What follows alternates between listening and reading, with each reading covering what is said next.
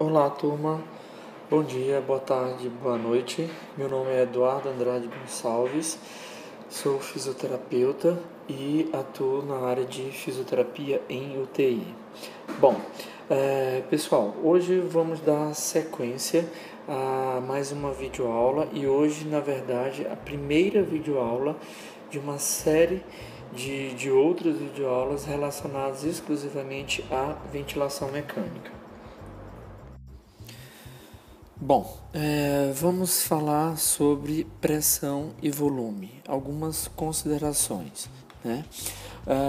Nós precisamos lembrar que tanto a nossa respiração fisiológica quanto a respiração realizada através de uma prótese artificial, seja um aparelho de ventilação mecânica invasiva ou um aparelho de ventilação mecânica não invasiva, as grandezas pressão e volume, elas estão relacionadas e a sua compreensão facilita ajustes de parâmetros ventilatórios.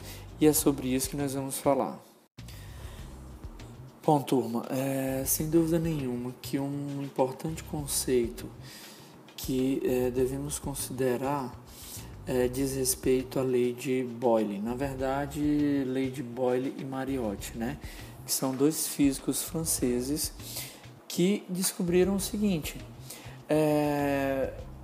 um determinado gás mantido a uma temperatura constante, o seu volume e a sua pressão, eles são inversamente proporcionais. Ou seja, como podemos observar aqui, nesse caso, né, um volume que diminuiu, tá? Aqui em torno de 2 ml, gerou uma pressão também de 2. Se esse mesmo volume que está mantido a uma temperatura constante, né?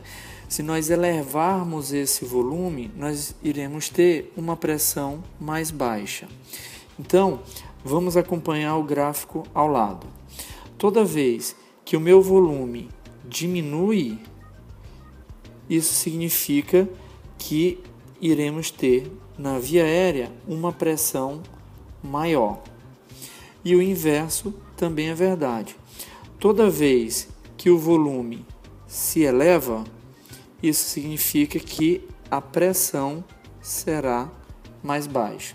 Ou seja, volume e pressão são duas grandezas inversamente proporcionais.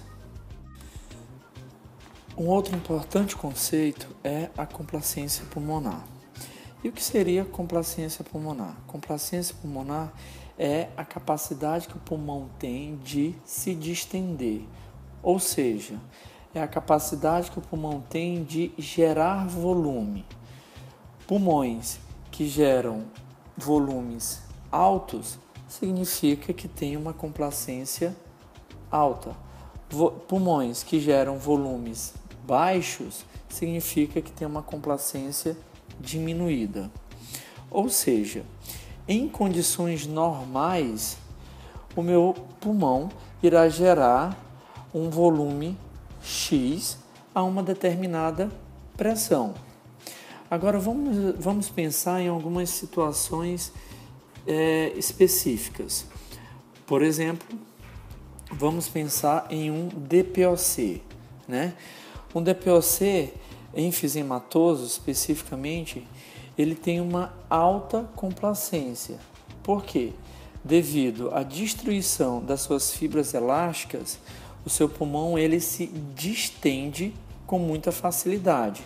No entanto, todos nós sabemos que o DPOC irá ter uma dificuldade na fase exalatória, né? Devido exatamente à perca desse recolhimento elástico. Então, o DPOC ele tem uma complacência aumentada. Uma outra situação também envolvendo uma determinada patologia diz respeito à fibrose cística.